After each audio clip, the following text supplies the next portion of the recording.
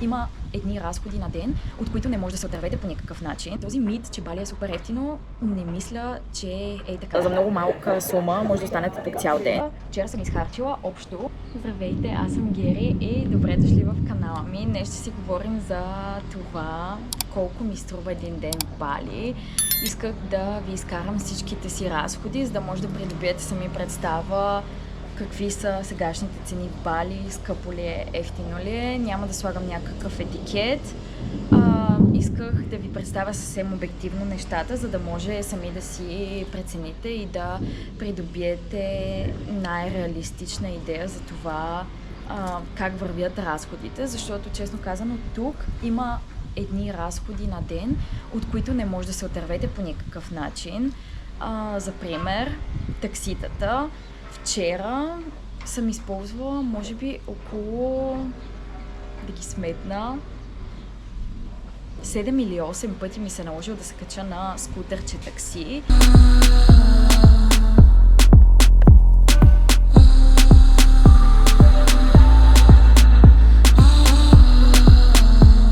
Не защото ме мързи да ходя, а просто защото дистанциите са така направени, че не може да стигнете пеша от едно място до друго. Може би в центъра, по някакви тесни тротуарчета, ако сте големи ентусиасти да ходите, може, но през по-голямата част от времето просто не може и да искате. Аз честно казано обожавам да се предвижвам пеша, където и да съм живяла до момента.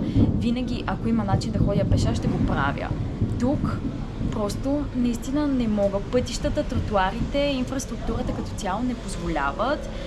И скутърчето ви е единствената опция, поне мога да кажа, че са доста ефтини. Имайте предвид, че те се насъбират. Ето вчера съм се качила 8 пъти, като съм изхарчила 8 лева за целия ден.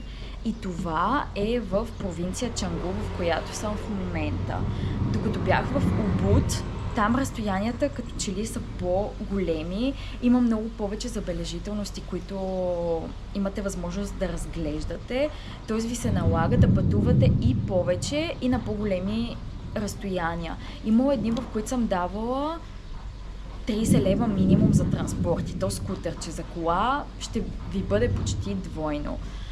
И ако искате да се предвижвате и да ходите по забележителности, пак са някакви разходи, които не може да избегнете. И 30 лева, да, не е много, нали, но то си се насъбира. Един ден 30 лева, на следващия ден още. Ако решите, че ще имате цял ден с някакви забележителности, аз имам доста време тук и не съм ги насъбирала всичките, примерно да ги правя в един ден. Но първо, че е много уморително, второ, нали, като разход, просто те си се натрупват. И вие си стартирате деня само от 10 лева пренос за транспорт, или 20, или 30 лева. И колкото и Бали да е ефтино, ами то в една европейска столица колко ще платите за метро, примерно. Имайки предвид, че половината от деня може би ще ходите пеша. 7-10 евро, горе-долу същата работа. Та не бих казала, че това нещо е толкова... То си е ефтино само по себе си, но просто заради това, че не може да го избегнете, си е един задължителен разход, който в дните се натрупва. Едно уточнението, което искам да направя. За Чангу това не важи, но за Убуд, говорейки за големи разстояния, внимавайте като си взимате таксита, ако се отдалечавате много от центъра, да питате дали после ще може да се приберете. Изпаднах в една такава ситуация, че нямаше транспорт за наобратно. Такситата уж ходят до насякъде, но не точно. Те си имат една такава организация в самите градове, която само местните си я знаят, и в дадени области известните таксита Grab и Gojek, тук, това са приложенията, с които всички се предвижват, те просто не функционират. И може така да се получи, че да няма кой да ви вземе и как да се приберете. Та много внимавайте. Колкото по-голяма е дистанцията от населеното място, в което оставате, толкова по-внимателни трябва да сте, дали ще имате опция да се приберете в къща.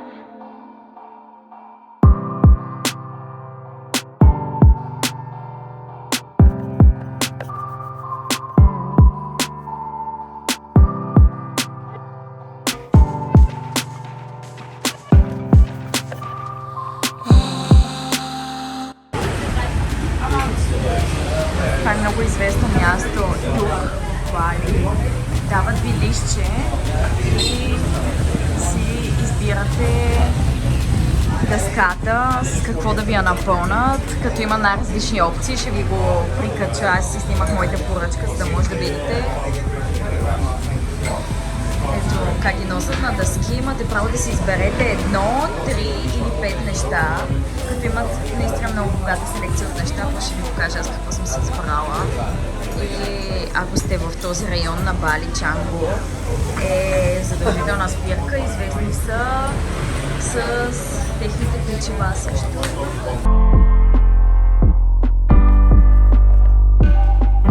За всичко друго не бих казала, че има голяма разлика. Ето, прено закуската вчера ми струваше 16 лева. Да, на известно място, но не е нищо супер фенси. Аз ви показах какво представлява. То е като една дъска и си избирате 5 като малки ястия, които искате да са ви включени. Не бих казала, че е много ефтино. Даже не съм пила кафе. И още едно много важно отношение за Бали. Като гледате цените в менюто, това не е крайната цена, която ще платите. Значи задължително навсякъде има 10%. Тя се води government tax. Тоест като ДДС, ако мога да го преведа, което вие не виждате на цената в менюто и то ви се добавя винаги при плащането на сметката. Значи 10% минимално отгоре и много често имате и цена сервис. Не много често, а навсякъде. Може би, освен ако не си го вземете за вкъщи. Като тя варира, най-често е 5, 6, 7%, но в хубавите места може да стигне и до 20%. Тоест 10% ДДС и 10% като ви сложат примерно такса обслужване, 20% на цената, която виждате в менюто плащате, което хич не е малко и вие си мислите, че ще платите едно, а накрая излиза друго. Кафетата също, ето, прено вчера бях на едно място, което не бих казала, че е много скъпо. 5 лева дадох за cold brew, нали, за студено кафе. Не е супер много, но този мит, че Бали е супер ефтино, не мисля, че е така. Поне от мои лични впечатления не е. Сега може би за един чужденец 2,50 за кафе евро е нищо. Но ако трябва да го сравня с българските стандарти, не е нищо. И другото нещо в Бали, което винаги дига разходите за деня, е, че няма как да се храните вътре.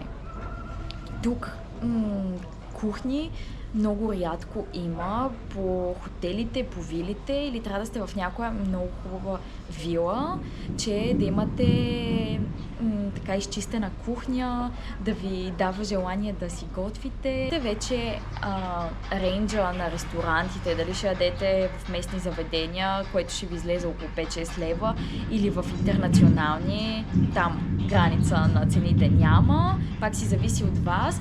Може би с 20-30% е по-евтино от България, като цената на ресторант, но не е нещо фрапантно. Не си представите, че ще дойдете тук и с 20 лева на ден ще си живеете съвсем добре. Не, честно казано, аз откакто съм тук, под 100 лева на ден не съм падала и не вода някакъв супер луксозен или разглезен начин на живот. Просто това са някакви базови неща. Ето 20 лева, ако дам на ден за такси, 20 лева за закуска, 2 кафета на ден, примерно, ще ми струват общо 10 лева.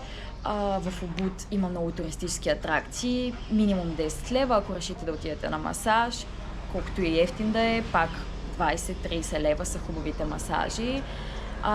Спорта тук е доста скъп, ето платих 40 лева вчера за пилатес реформер, да, може би една идея по-ефтина от България, но пак фитнесите в Бали са страшно скъпи, хубавите фитнеси тип Pulse, които ще имат зона за възстановяване, т.е. сауна, парна баня, cold plunge, тези студените басейни, да имат добро оборудване, са около 50 лева плюс. Йогата също 20 лева е минимума. Много качествени услуги, просто се опитвам да ви вкарам в рамката на цените, която е тук, че не е толкова достъпна, колкото много хора си мислят. Сега аз може би го гледам от перспективата на България. а не толкова от тази на западноевропейците или на американците, австралийците, които изкарат пари в евро и в долари, и тук всичко им е на безценица, сравнено с техните държави и стандарта, на който принципно са свикнали да се издържат.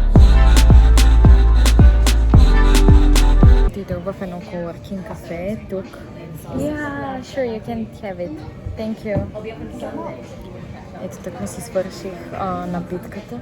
Тук в Бали има много coworking кафета, които не са с такса. Може само да си поръчате една напитка, повечето хора около мен са само с един кокосов орех. Може би защото е най-евтин, най-освежителен, освежаващ в супер горещото време. Тук от 2-3 дена не е валяло, което е супер нетипично за дъждовния сезон и е такава влага. Не мога да ви обясна, просто този coworking има бонус басейн. За много малка сума може да останете тук цял ден и както да съчетаете работа, защото е много тихо и всички около вас работят. Има и много удобни маси, има хубава храна, напитки, ако оставате по-дълго време, и басейн. Сега ще ви го покажа. Те е страхотно. Чувала съм, че има и други такива coworking spaces, които не са с такса. Примерно да трябва да платите 20 лева, че да седите цял ден и отделно да започнете да консумирате. Мисля, че за над 3 часа или за някакво определено време имате минимална консумация, но не кой знае колко. Вие така или иначе си поръчате нещо, ако седите тук половин ден. Няма как да седите само на една вода.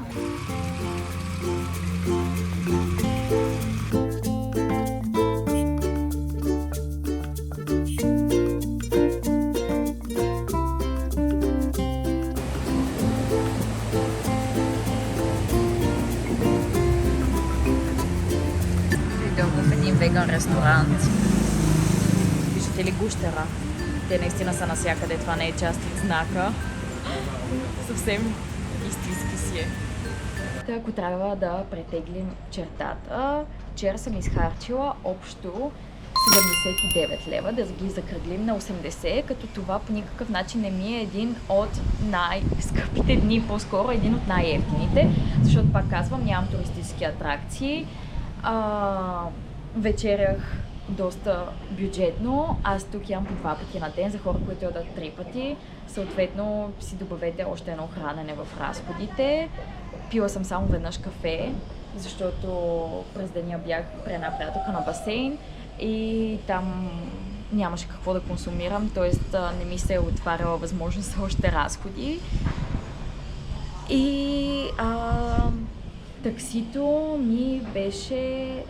такситата общо ми бяха 8 лева, които са близо 10% от разходите за деня, което не бих казала, че е много малко.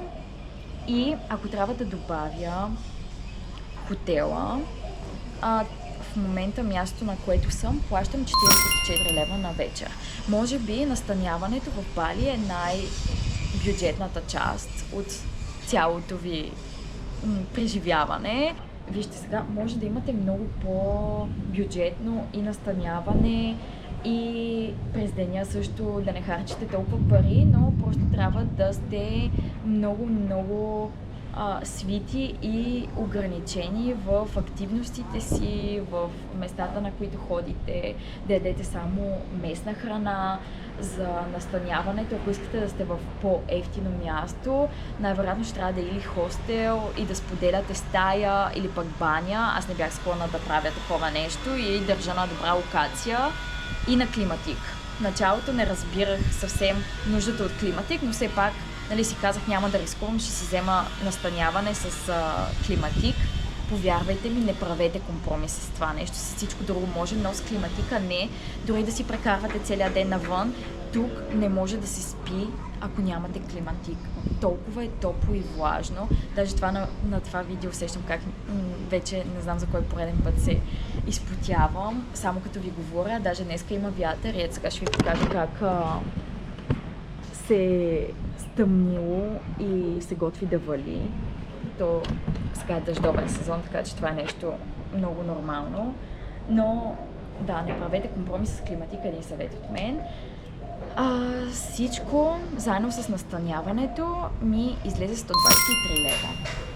Да кажем, че разходите за Бали с настаняване варират от 100 до 200 лева на ден с средностатистически стандарт. Нито хода по страшно луксозни заведения, нито спа на някакви много качествени 5-звездни резорти или да си наемам огромни вили. Сега може би може да си намалите този разход за настаняване на 2, ако имате с кого да го споделяте, защото аз съм сама в Бали. Тоест плащам една двойна стая сама. Ако сте с някого, ще платите наполовина от мен, или пък за тези пари, за които сте решили, че ще отделяте за настаняване, може да сте в 2 пъти по-хубаво, защото ще си го разделяте с някого наполовина. Нали, вече това са някакви такива детайли и всеки си преценява спрямо престоя, който иска да има, но исках да ви покажа малко от вътрешна гледна точка как седат нещата, защото съм гледала много рилове, колко струва един ден в Бали и накрая ви показва $20, че спът за $5 в някой хостел, че пият коко за $1, че ядат в някое местно заведение за $3, още едно хранене за $3 и накрая сметката излиза $20. Ами не е съвсем така. Това е по-скоро мизерен начин на живот. Един ден може да изкарате за $20, но ако сте тук дългосрочно, малко се получава даже изтезание, поне от моя гледна точка. Аз не съм дошла в Бали да се мъча и да живея за $20 на ден. Това е личен избор, но за така средното ниво, мисля, че под 100 лева на ден трудно се пада. Даже бих ви посъветвала да си предвидите 200 минимум. И вече оттам нататък, нали, просто да го имате това спокойствие, че не сте ограничени. Ето и като за финал да ви покажа как ми изглежда стаята, защото е само стая. Тук имам тераса и се виждат оризовите полета. Още доста рано сутринта е спокойно. Принципно тук се работи през деня. Ето виждате, работниците вече идват. Долу е басейна и тук на същото ниво има още хора, но някакси е направено така, че всеки да си пази пространството и е private. Ето това е общата част. Има басейн, тук отдолу също има стаи. Аз държах да съм горе, за да съм по-изолирана, и тук има споделено пространство заедно с кухня. Сега ще ви я покажа. Между другото, окей, като за класа хотел, то никой не готви. По-скоро най-важното е да има хладилник и човек да има къде да си складира нещата, защото тук нищо не оцелява на тези температури, естествено. И да, за най-базовите нужди е файн.